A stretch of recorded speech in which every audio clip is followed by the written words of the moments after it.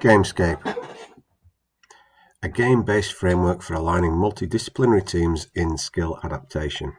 Okay, so this is my presentation from the recent Motor Skills Acquisition Conference in Finland.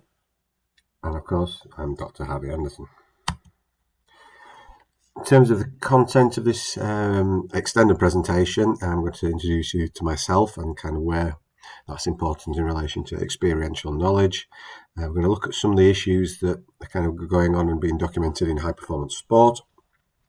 We're going to look at some of the solutions that have been suggested that maybe help us deal with some of these problems. I'm then going to introduce the Game-Scape framework, also some potential of the issues of the Game-Scape framework, and some future directions. So firstly, a bit of a background for me. Now, from the onset, I must point out this is not kind of an attempt for me to kind of show off and say, oh, look at all these things that I've done. It's more a case of saying, right, these are the kind of some of the experiences and some of the qualifications and the kind of bits and bobs that have happened over a period of time, and these are the things that have then given some real experiential knowledge in and around kind of high performance sport and where some of these kind of high performance sports issues align. So obviously there's all the formal qualifications here on the left hand side, and then the actual experience kind of terms went there.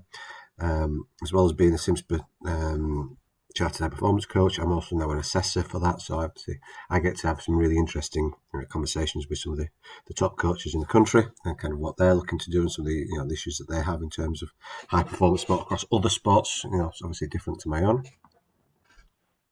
And then finally, kind of various bits and bobs, kind of various other conferences where I presented at, and they obviously get into kind of time to chat to top researchers and practitioners and so on, and kind of get some feedback from them in terms of what's going on. There's also, in and around the work I've done with various governing bodies, various kind of roles, various different levels, and then finally the kind of the different courses and different areas of kind of work that I've done from an academic perspective. I've also been really, really blessed in terms of kind of where I've been and the people that I've interacted with. One of the big ones being this, my undergraduate at Loughborough University, 91 to 94, where I spent a lot of time with Dave Bunker-Rodthorpe, who are the originators of TGFU, and Len Almond. One of the big things, and I always make my students kind of write this down and make sure they've got it, is that sport is physical problem solving. Now, we're going to come back to this a lot, this kind of concept, because I think it's really critical in where we go. And then a reminder that this teaching games for understanding, or the TGFU approach, was created in the first place because it was believed to produce better skill acquisition, so better athletes that were actually able to do the skills that they were learning in the practice environment and use them in the competitive environment. This is having seen years of people trying to kind of do basic drills, techniques, and kind of decontextualizing and decomposing what was going on in terms of the skill and practicing these kind of drills blindly.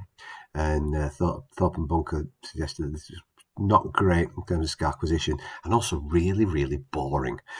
So they were after working with players to get them, particularly in PE lessons, to get them to actually enjoy it by playing games, etc. So games become a really important point in terms of both skill acquisition and for fun. Game which we'll come back on. Also, various other kind of times when I was at Leeds, first as a master's student, I got to spend a fair bit of time discussing existentialism with Dr. Martin Esty.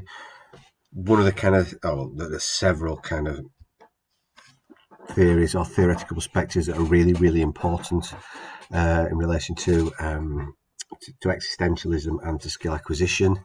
We can look at kind of Heidegger's work, Merleau-Ponty's work in and around kind of perception and what it is, and the embeddedness and of life, and that we are kind of the subject rather than an object, and so on. So some really good stuff there. And really kind of powerful stuff, I believe, for coaching in around freedom and responsibility and helping players develop those kind of ideas. Also spent a fair bit of time with the likes of Steve Harvey, Richard Light, Kendall Jarrett from a TGFU perspective, and Andy Abraham, Bob Muir, Pat Duffy, been Gareth Morgan over the years in terms of kind of a coaching perspective. And then finally, kind of over the last 12 years or so, working at Sheffield Hallam University, the likes of Professor Keith Davids, Martin Rothwell, Joe Stone, Ben Strafford and so on, all in around kind of very, very strong ecological dynamics perspective to skill acquisition. So some really kind of incredible people to work with and to kind of learn from that area. So some of the issues in high performance sport as we tend to see it. Well, firstly, due to the power of technology and AI and the money that's invested in several sports and the kind of the knowledge and understanding and information that's out there has meant for this really increase in diversity in specialists actually working with kind of teams. It used to be just a coach and occasionally had an assistant, and then they started to bring in team doctors and then physiotherapists and then fitness coaches that now became strength and conditioning coaches and biomechanists and physiologists and performance analysts. And now we're getting skill acquisition specialists and so on and so on and so on. So it's getting greater and greater in terms of the complexity of the support there. Now that's fantastic because we're getting some real specialisms and some real high quality knowledge and skills in each of those areas that's then readily available now for performance athletes and performance teams. Brilliant. Slight issues that we have potentially with that is we can start to get some real conflicting priorities and we can get just basically an overload of information that athletes and coaches are struggling to deal with. Other issues, as pointed out by Rothwell and colleagues, is this idea these become kind of quite a siloed environment. So we will see quite often the coaches, they do coaching stuff, technical stuff and games, etc. Then they send the players when they're injured to the physio, and then they'll go off to the gym and do some S&C stuff with the S&C. And then, well, what does a sports psychologist? Not sure, but you go and have a coffee and chat to her or him, and so on and so forth. Different people having different roles that kind of sit in isolation. And Sam Hydes in his research was pointing out that quite often, even basic things like travel. The coaches will sit together, the analysts sit together, the physio and medical staff sit together, the players, the more senior players sit together, and the junior, and so on. It's really isolated. Now, I'm not kind of slating or putting down siloed work. I think siloed work has its place and it's really important. So, for example, if I want to understand the biomechanics problem, it might be just something, measurement, calibration, or some kind of data transformation, then I would be best having those conversations with specialist biomechanists because that's where it would make sense. Okay. The issue is that we start to then get these disparate areas of work, these little silos where a certain way of working and a certain kind of language and a certain kind of communication is coming back again. And almost each of these roles then almost feels like it has to justify its existence or its importance. To be in there. Now, the issue with that is potentially athletes can start getting mixed messages or even kind of conflicting messages at times, and particularly if one group of the multidisciplinary team, is not actually speaking to another. And certainly from a S&C perspective, there are plenty of stories of basically every time within a professional club a player gets injured, the physio staff basically tend to kind of push the blame out towards the S&C function. Okay, so again, there can be this mismatch and poor alignment. Okay, so potential real issues there. Some other bits and bobs that kind of I've noticed over the years. The first one is this point here that elite athletes are participants. We expect every participant in sport to really enjoy it, but then for some reason, when you become a high performance athlete, well, that goes out the window. Often, certainly in the UK, you see in the press, Premier League footballers seen smiling after a loss. How dare they? They're paying loads and loads of money, and there they are smiling and being happy even though they've lost a game. Why? Why is that an issue? Why can a player not enjoy performing? Why should it all be ultra serious? Why should it always be tough? So players should enjoy it. Certainly in training. Whilst competitions are going to be hard, and particularly depending on the nature of the sport, coming from a bit of a combat sports background, there's nothing pleasant on it's about combat and getting beat up. But you can still enjoy the training, still enjoy the process. Okay, so that's to me is really important. And that links here with this kind of picture of Bobby Moore. It was quite telling in his biographies and other players who kind of played with him, Harry Redknapp and so on. So that he actually enjoyed himself most when he moved to the States, because coaches, would thank him for his efforts. Put an arm around him and say well done after a game. Make training kind of game based and fun. This is a World Cup winning captain who was, apparently never once said to him well done, or put an arm around his shoulder and say thank you, etc. It was kind of expected. So not necessarily the nicest environments. For me also, we see this a lot. Quite often it isn't physical ability or even kind of mental toughness or whatever else that makes the difference between winners and losers. Quite often it's the ability to make their game plan work. We could see this quite often in boxing, where you actually get two champions. Both are capable of winning the fight. Both have a certain game plan that could win it. And what looks like a really close fight can become really one-sided, not because one is so much better than the other, but one's game plan is executed better than the other, and it kind of counters what the other one's trying to do. So really important that we can come up with superior game plans. So the idea that kind of becomes an issue for me is this kind of obsession with marginal gains. Lots of people seem to have taken credit for that, but realistically, from most of the literature that I've searched, it seems to come from this concept of Kaizen, this idea of continuous improvement, which is brilliant. But for me, I'm not convinced there's a finite point to where we can go with it. I'm not convinced that that's the best way of doing it. So for example, you could do, if you look at the Fosbury flop versus the scissors approach, you can keep refining and refining and refining the scissors kick as long as you like. You're not going to be a top level high jumper who uses a Fosbury flop because there's a basic difference in terms of what the centre of mass has to do. So rather than just kind of making this one approach better and better and better, maybe we just need a paradigm shift. Maybe we need a Fosbury flop in other areas. And then finally, game-based approaches, things like teaching us to understand. We're keen to use these with young children and beginners and so on. Why? Well, because they're fun and they enable us to build skills. Why does that only have to be used with kids and beginners? Why can't we use this with elite performers? If games or high performance sports are about games and games ability, surely we should get better at playing games. So in other words, high performance sport then is just about playing games better than the opponent does. Okay, it's at a higher level and your opponent's at a higher level, but you're still playing a game looking to beat the higher level. So what kind of things are being suggested out in literature? Several areas. Firstly, kind of quite a nice idea is this idea of competitive intelligence, which has come from the business world, and suggesting that sports coaches, particularly in high performance sports, are very, very similar to business managers. So it's this idea of how do we go and create a competitive advantage?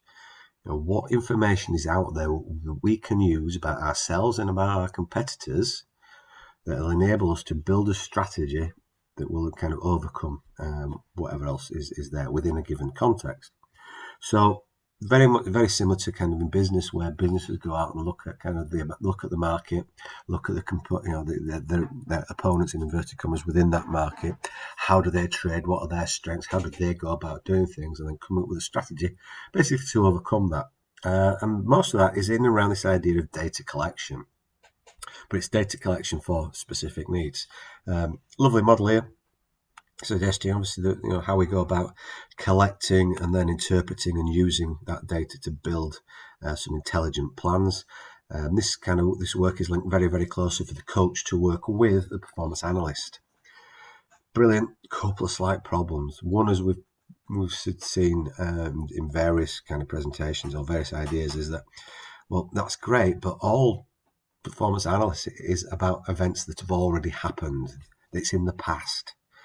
And every time you hear a financial advertisement, you'll be told repeatedly, past performance does not predict future gains. And we could argue similarly that this is happening here. Certainly, if you listen to presentations from Duarte Ruge, he will point out that we're actually trying to forward predict. We can't go back on what has happened. We're constantly looking to kind of predict the future and act accordingly. So a nice start, but not necessarily the answer. The idea of shared mental models is also quite useful for us. And this idea has been used in several areas to suggest that if we can get these different people and these different kind of functions to see things from the same perspective, they will work better.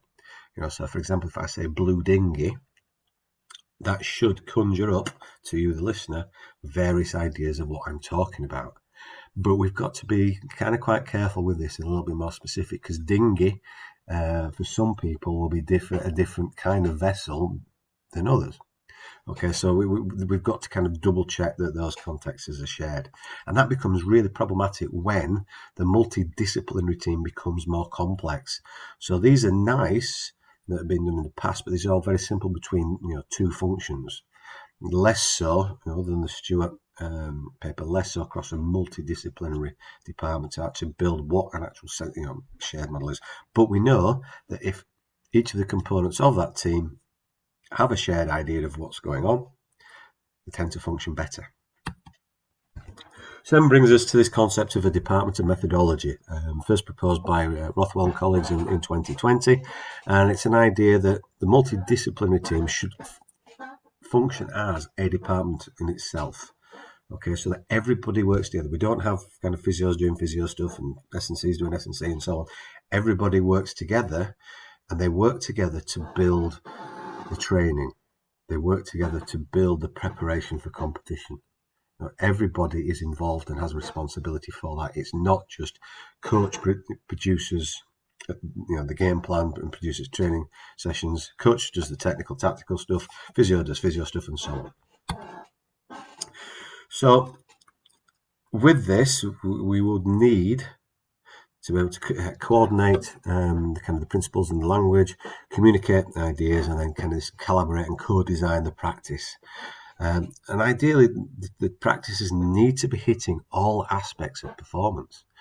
So kind of what's available in terms of the atmosphere, the noise, the anxieties and so on, that all going, can we actually pull that together? And with that should hopefully then help us support the emergence of adaptive multidimensional athlete behaviour. How we kind of do that in practice is through collaboration and co-design. And this also does and should include the athletes as well. How much or how little the athletes are actually engaged in that. You may argue some teams like to have almost like a player management group that look at and kind of feedback and so on. There are lots of different ways of doing that, but it's this idea that they all kind of work together. So lovely ideas. However, the Department of Methodology isn't without its issues and has already faced some criticism. The biggest one being that it tends to be that we're suggesting that dynamical systems or an ecological dynamics approach is the way we go ahead with the Department of Methodology. That's great, but not everybody wants to follow an ecological dynamics approach. There are people working skill acquisition who do not see the dynamical systems as necessarily the best approach. There's certainly people come from a more cognitive perspective. So we have issues with that. And then the bigger one for me, which may sound quite cynical, but not all coaches really will understand an ecological dynamics approach. Certainly from my sport, we see a lot of high performance players being fast tracked straight into high performance coaching roles. So they'll play for a period of time. As they come to the back end of their career, they get offered specialist batting coach, bowling coach positions and so on. Which means they've had very little or no time to actually gain any education or coach education, let alone any real specialist knowledge in and around kind of sports science. So unless they've been building that up over a career for themselves. So we've got coaches that are being fast tracked and don't have the background.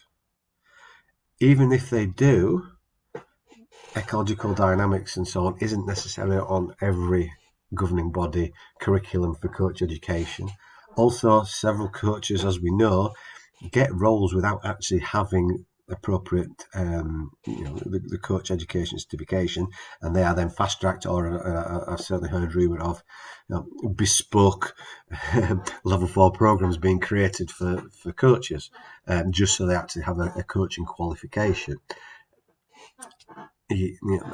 Hopefully, you can potentially tell here from my inflection in my voice, I'm not a big fan of that. I think that can see a lot of real problems. But what it means in the real world is we have coaches who know their sport, they know the techniques, they know the tactics, they know the kind of the forms of life, how it's done. They don't necessarily have an understanding of kind of skill adaptation and skill acquisition. They certainly don't tend to then understand how a physio operates, how a biomechanist operates, how even a skill acquisition specialist might operate. So they don't have that knowledge. So as great it is as an idea, in practice that it may prove to be a little tricky, particularly giving them the ability to speak the same language as the other silent professions may be. So as an attempt to kind of get round that, or to answer that, I've created the Game-Scape model. Now, firstly, to give you a kind of schematic view, obviously the framework sat in the middle. This framework sits within, a clear context and environment. Now, we have things, for example, like an organisational strategy or a culture, the way things are done. Certain teams or certain clubs, etc., have a reputation or have a desire to have the reputation to go about playing sport in a certain way. So, from kind of near my hometowns and so on, we have a professional rugby league team from Castleford. They're known as Classy Cass. That's the nickname that's been there for many years, and that's based on the desire for the team to play in a certain quite flamboyant passing style of rugby. So if we have those kind of reputations, or we have a kind of way to play, that then impacts in terms of the choices that are made, within the strategy. Things like global trends and global governance also have an impact in terms of how the game might be played. So both codes of rugby league and rugby union, because of concussion issues, there have been several rule changes now around tackling and the heights and kind of the techniques and so on that might be used. So all of that then impacts in terms of our strategies, our structure, and so on going forward. So this is the kind of the model. Change the colours here. So on the left hand side, this kind of stuff in and around roles and so on will change depending on whether we're talking team sports or individual sports. Obviously, you don't have team roles within individual sport. In all competition, we have an offence and a defence. Okay, so if it's an individual event, we will consider. So, for example, we're saying it's a marathon. What you do or what you choose to do in terms of your strategy, that's your offence. What your opponents or competition do, that's the defence. If we get into team sports, there's an obvious offence and defence, which can be a little bit problematic. So from my sport, cricket, if you talk offence and defence, people look at you strangely like you've got a third head, because it's batting, bowling and fielding. What on earth are you talking about offence and defence? Well, the aim of cricket is to score more runs than the opposition. So therefore there is an offence, i.e. score runs, and then there is a defence, stop the opposition scoring runs, and then subdivide that defence into bowling and fielding. But still, it's an offence or a defence. Depending on the nature of the sport, we also have this kind of interactive position as well. So, say for example in soccer, football, it's the point where you lose possession. That intermediary position between we're in attack, we lose the ball, we're now in defence. How do we change over? Similar kind of rugby and invasion sports are big on that. But again, we could look striking fielding games like cricket. So we're batting first. We've got a game plan the way we're going to do, including what we're going to do with the batting and the bowling. But however, we're 15 for 5 in our first innings.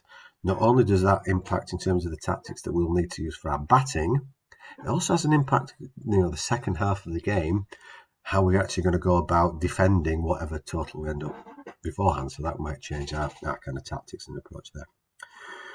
Depending on the tactics and the structure and the nature of the game, that dictates the kind of the roles that you might play, and those roles might have the skills. Although I've drawn these with kind of one-way arrows, all of this is kind of 2 arrows. We look on this right-hand side. These are the demands that, you know, the structure or the rules of the game, the strategies, the tactics and skills will have on the players, and we will go into that into a little bit more detail. So the left-hand side of the schematic, we're looking at the game functions. So these kind of ideas are used quite a lot in notational analysis, and I think a nice way to kind of unpick what's going on within that. So firstly, the structure. Well, that defines how the game is played, the spirit of the game, and, you know, and the kind of the standards of play. You know, so cricket is a sport play. We know batters have a bat of certain kind of size and functions and so on. The ball has certain requirements. The pitch is set up for 22 yards, fields and so on. They dictate how you go about winning the game and the kind of things that you can and cannot do. Each different competition where there is a rule change thus then has an impact, a different impact. So again, sticking with my example from cricket, you could play a 5-day test match. You could play a 3-day first class match. You could play a 1-day game. You could play a 20 overs game. You could play a 10 overs game. You can play a 100 ball game. Yeah, so each of these different kind of rules and rule bases then dictate a change in what goes on below. So depending on the rule set that you're following will dictate the strategies that you can use.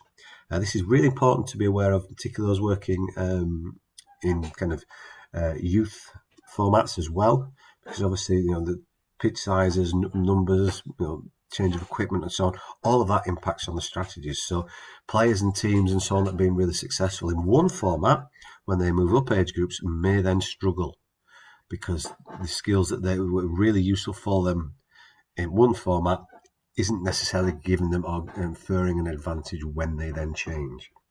So we need to understand that. But that then dictates the you know, the things that we can do in terms of our strategies.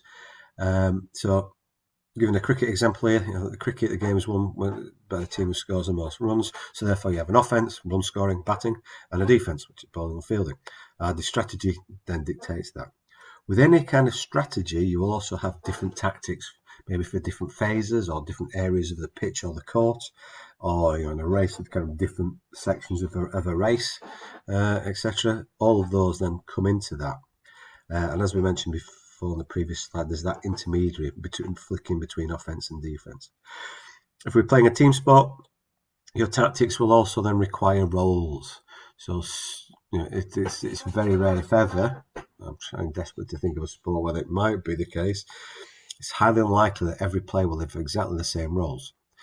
If therefore they have different roles and there are different tactics, they will need different skills. Okay, and that becomes important. And notice we talk about skill, okay, not technique. Technique is something different. I'll expand on that later. You know, for me, skill is an ability to be able to physically produce an outcome with some reasonable level of control and repeatability.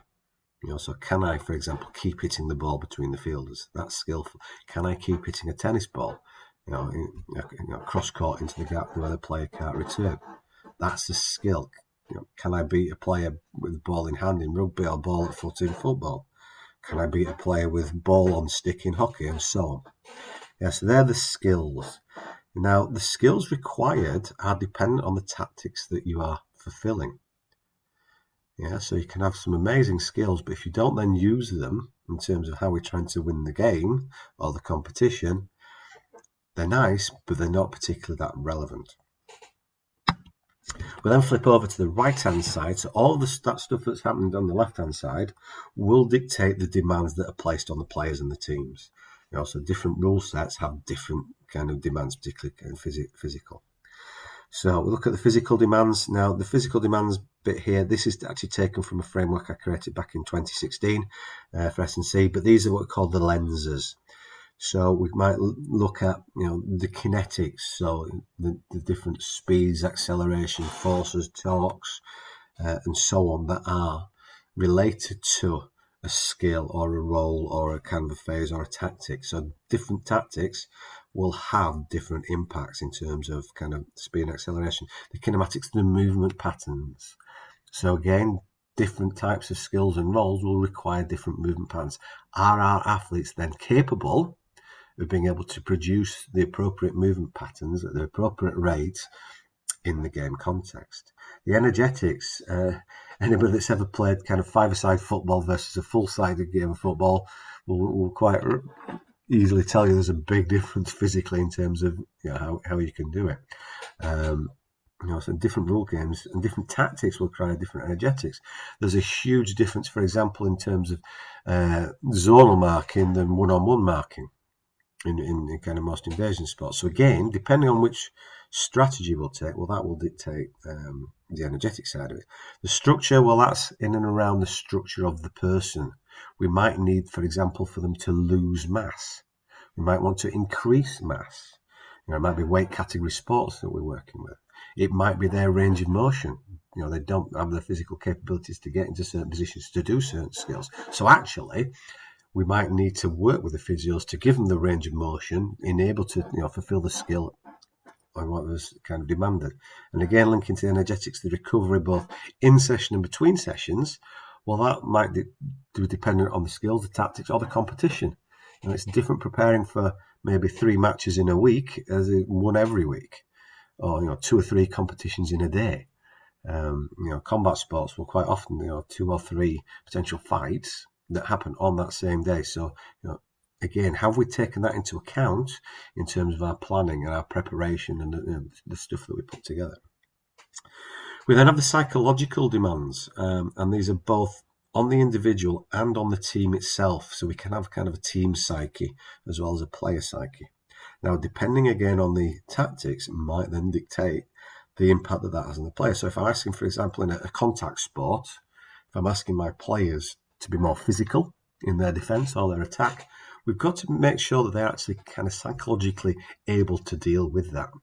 If we're going high tempo, high pressure, do they have the kind of the psychological wherewithal to be able to manage that? There's then also the kind of the interpersonal stuff that I call here the psychosocial. Are players actually, if we change tactics, are players able to speak to one another? Do they communicate? Are they actually reading the game well enough and then getting those messages across when people are struggling or they need some support, or you've got a defensive line and people need to pull in, pull out, etc. So all of that comes into that game. So if we know the demands that are going to be placed upon them, we can start to prepare kind of psychologically and psychosocially the stuff for our players to be able to deal with it. Or if it's something new, to be able to deal with the newness of our new approach. And then we get into this kind of the psychomotor stuff. And this is, for me, includes the cognition in terms of, are they actually able to read what's going on? Are they able to understand and react to the potential affordances available, and their individual affordances as well as team affordances? So is that going on? As we'll come back to a little bit later on, that's where we can get some real issues in terms of perception action that maybe some of our players just don't or cannot actually attend to the relevant, or are not attending to the relevant information field.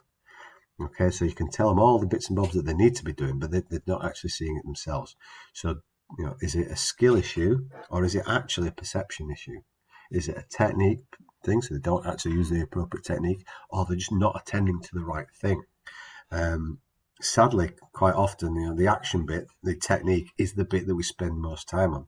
Going back to my sport of cricket, we seem to be almost obsessed with technique, and coaches will spend hours and hours drilling batters to be into certain positions and making sure you're keeping that front elbow high and your head and your weight go towards the ball and you hold your position afterwards, and it looks beautiful.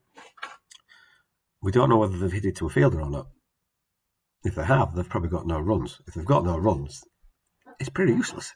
Whereas, actually, if the technique was a little bit more rough and ready, but they keep hitting the ball in the gap, I'd argue that's far superior technique. It doesn't look as nice, maybe, but it's more effective. So are we looking at that, or are we just hammering this supposed ideal technique that we're not necessarily certain will enhance the performance level that we're looking for?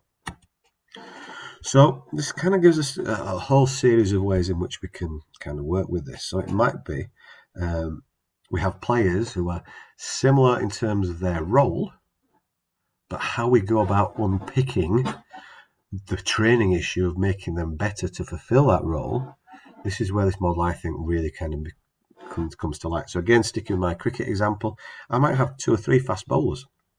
They all have a similar role in kind of defence, to restrict opposition batters, to try and take wickets, to get people out. And they'll need, so one of the key things is they'll need to run in a ball fast. Well, it might be for one player that we really need to work on their acceleration or their running velocity through the crease. Another one might be movement patterns. So again, we'd start getting into that. Another, maybe they can bowl wonderfully well for 2 overs and then they don't have the energy capabilities.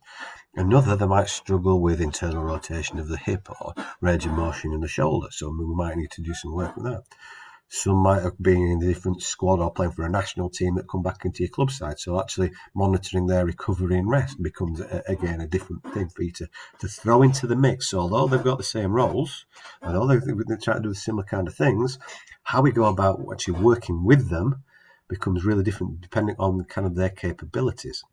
Similarly, kind of different roles might have impact on the psychomotor and the psychological.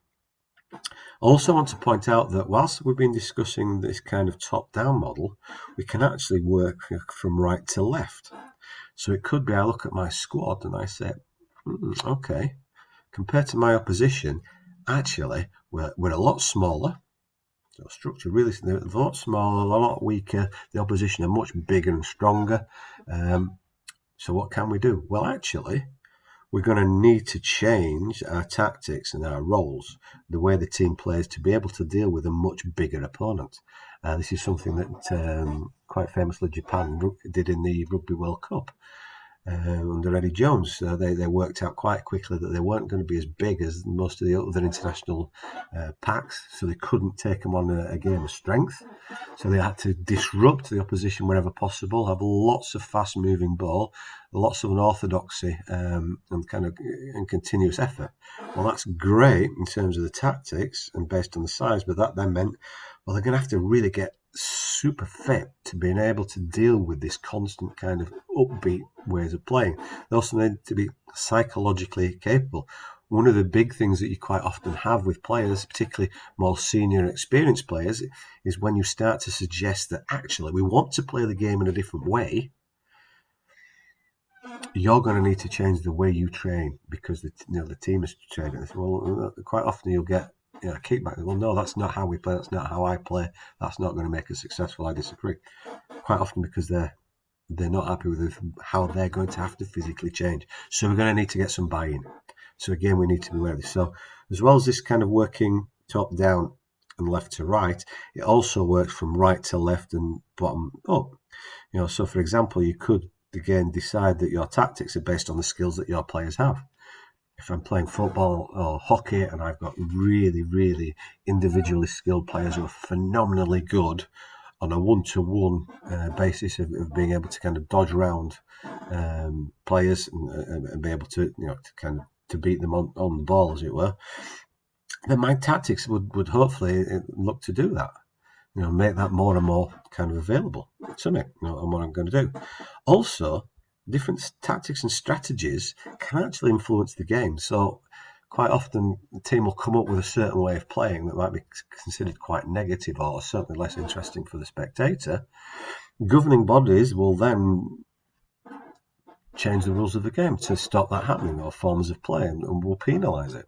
Okay, so it's kind of demonstrated from top down and from left to right how it can work in all directions. This model is also really useful, for example, for error detection and correction. So again, I'll go back to cricket because that's my sport.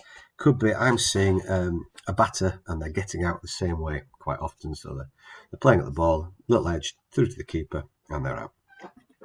Traditionally, well, I would look at their technique, decide what they've done wrong with their technique, and then design a practice, probably a closed drill of them working on that technique. The issue is, I don't actually know if it's a technique problem. Maybe it's a psychological problem. They just lost concentration. Maybe it's a physical issue. They lost concentration because they were tired. Maybe it's a skill issue. They've done really well in one level of the game. You've then moved them up a level where the ball's now travelling faster or the ball moves later. and it's an issue with not having the skill base to be able to deal with it. It could be the roles. It could be that there's a misinterpretation of the roles. So, you've asked a player to play in a certain fashion, and they've interpreted it as another way of playing. And that other way of playing isn't successful. So unless we unpick all of these, aspects and start to get to the nitty-gritty of why, we're guessing basically in terms of our coaching intervention that we're then going to follow. So rather than, there's a technical error there, they keep getting out, let's go and work on the technical error. Let's look at all of the factors involved. Was it a poor tactical choice? Was it the wrong person in the wrong job? Does the person have or don't have the skill set? Was it a physical issue? Was it a psychological issue? Or was it actually a technical issue? Or a perception issue? So again, sticking with cricket, mystery spinners in inverted commas, spinners who spin the ball that are difficult for the batter to interpret. Maybe they just haven't picked the right or perceived what the delivery was going to be, so that they based the shot on some poor information. So as well as kind of building our structures, we can use this model to then go in and make coaching interventions as and when certain players or functions of a team and so on actually require it. So what does that look like in practice? We need everybody to work together. We need people to actually be testing together, to start questioning things that go on. Again, with cricket, quite often the batters will have the batting coach do some work with them, bowlers have the bowling coach, the fielders have the fielding coach. Very rarely does the batting coach go and actually help coach the bowlers. But why wouldn't they? But a batting coach will have some idea of what a batter might do against a certain bowler. So surely that's fantastic information for them to have. We've talked a lot about the bowlers. Who measures their workload? Is it the bowling coach? Is it the S&C? Is it the physio? Is everybody aware of that? Workload with the bowlers goes on. Workload with S&C goes on. And potentially workload goes on with the S&C, with the physio. Is all of this recorded in a central place where people can talk about it? Also, do we know if the work with the S&C coach is actually making any difference at all to the game data and the game outcome? It's again, it's something else that I'm really concerned about, that S&C staff will work on S&C measures. So they will measure things like strength gains and how many extra kilos you put on your bench press, your deadlift and so on, or your sprint time, or your 2K time trials. And that's gym data. So then at the end of the period of time, the S&C coach say, yeah, look, excellent, we've improved this measurement by this. Brilliant. How do we know if it's had an impact in terms of our performance in game? How do we know one specific exercise isn't far more important than another? Do we know that athletes might actually change over a period of time in terms of what effects some exercises have on others? It's quite common to hear athletes talk about kind of one set of training programs. So they bring, for example, Olympic lifts into their training. They do really well for a period of time, but then that stops, and then they have to change the training stimulus. Are we aware of that? Are we aware of the individual differences? So maybe lots and lots of heavy squats and deadlifts work really well for two of your squad and have a positive impact on performance, but actually might have negative performances on two other players. Do we know this? So do we get the S&C using their gym data, and do they then correlate that with match performance data? So we know that player A, they need lots of heavy Olympic lifts. Player B, they just need plyometrics. Player C needs more recovery than player D, and so on and so forth. So it's about collaborating and pulling together, which leads to this idea of co-construction and sharing. So, for example, I've decided we're going to go from a zonal defence to a one-on-one defensive role in, I'm not saying basketball or another invasion sport. Is my player able to deal with that? Do I need this? Is the sports psychologist working quite closely with the player? Could the sports psychologist suggest little triggers or things that could actually unsettle a player? And we use that to kind of have a bigger affective impact with our training. So again, all of this all comes into the mix. But the key thing is it's based around the strategy. It's based around the tactics of the game that the sports coaches will understand. And you would be hopeful also that the multidisciplinary support team will have some understanding of the sport. And if not, they need to get it. Having a S&C or a physio that has no understanding of the sport of the players that they're working with full time, that's not good. That's really, really not good, because if you don't know what's going on in the sport, how do you know your treatment programs or your training programs are actually going to be any use? So again, all of that goes together. And then, for me, the biggie, all of the stuff that you come up with your training then needs to align to the performance outcomes that you want. Basically, does the stuff that you are doing in training improve game performance? Does the stuff that you do make a difference? And the best type of transfer is the stuff that's most like the game that you want. Okay, so we need all of that. And I would argue we want whole organisation ownership on this. So, it might sound a little crazy, but when you're doing your strategy and so on, why isn't the market department involved? Why isn't the CEO or the chairperson involved in those decisions of what are we going to stand for? Maybe the club or the sports organisation has strong community values or strong cultural, historical values. Do we have that as part and parcel so that that our makeup, our identity is continued? These ideas of legacy and so on. So again, all these things can kind of come into that, and we need whole organisation ownership and buy-in. Now, as we know, the reality of high performance sport is it could be quite short lived. We have a strange thing in football whereby a team loses 3 or 4 games in a row. It's the manager or coach that gets sacked, not the players.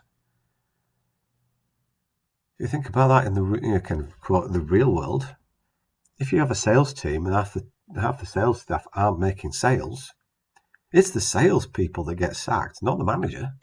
The sales manager just goes to recruit some more players. So we've got this interesting kind of buy-in, but we know that coaches can be moved on quite quickly, and quite often with them then their support staff.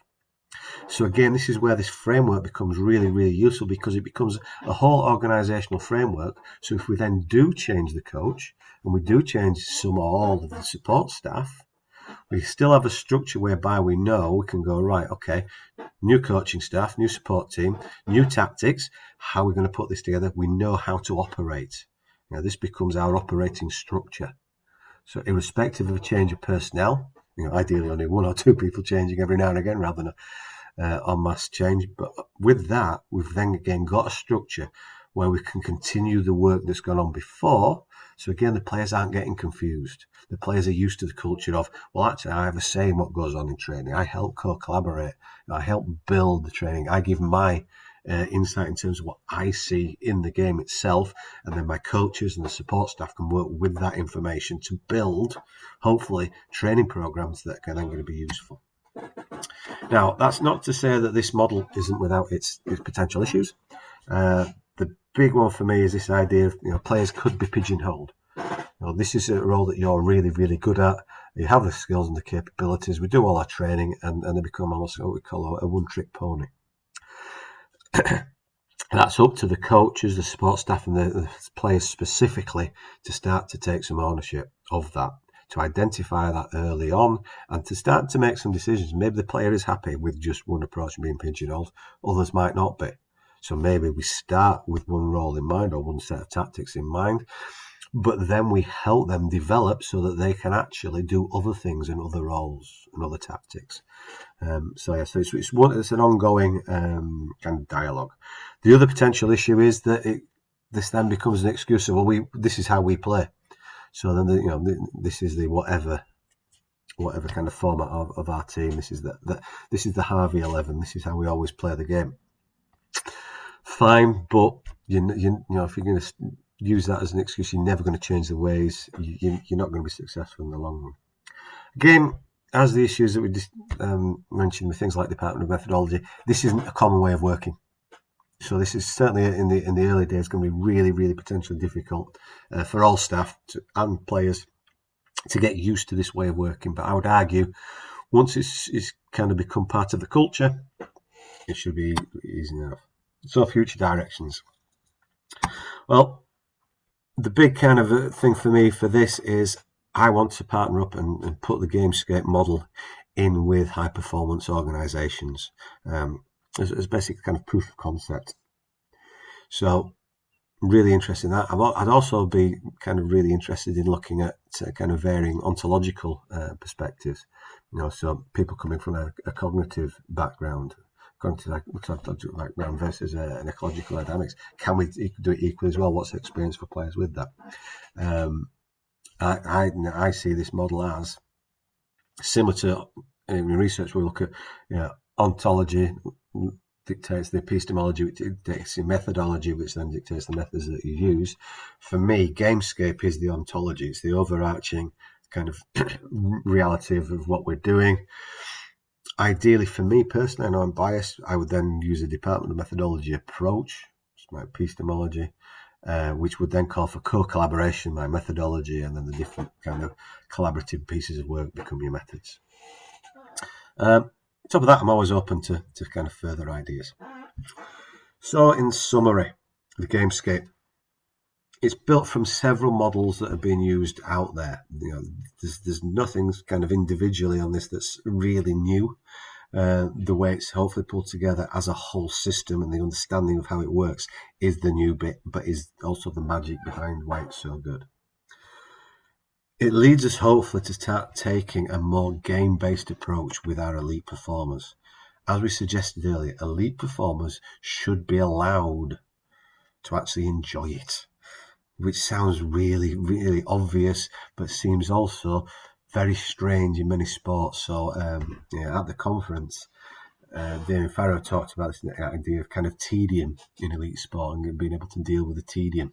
I'd argue quite strongly, actually, that we want to move away from tedium. Neuroscience tells us that the brain and the neural pathways fire up when there's novelty. That's when kind of most learning occurs, when it's more novel. Because each game situation changes, games create novelty. Games will create better, faster learning. If it's related to the overall game or competition that we want, game are going to lead to far better skill adaptation and skill acquisition. Another kind of big note here is that each format of the game is a completely different game. Once you change the format and the rules, you have to change your strategy and your tactics.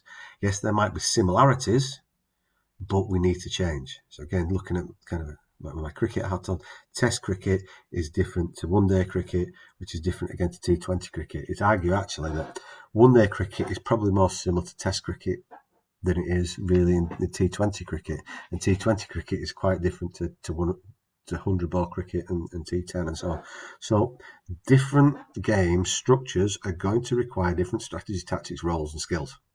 So we need to be able to reflect that in our coaching practices and our coaching interventions with our players.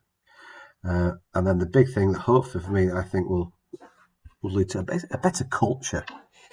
Rather than people working in silos and having these close relationships with one or two people, if people start to work together in this role, including the players as well as the support staff, we will build far better, more positive, stronger relationships and thus a better culture. My contact details are there along with my website. Thank you for listening.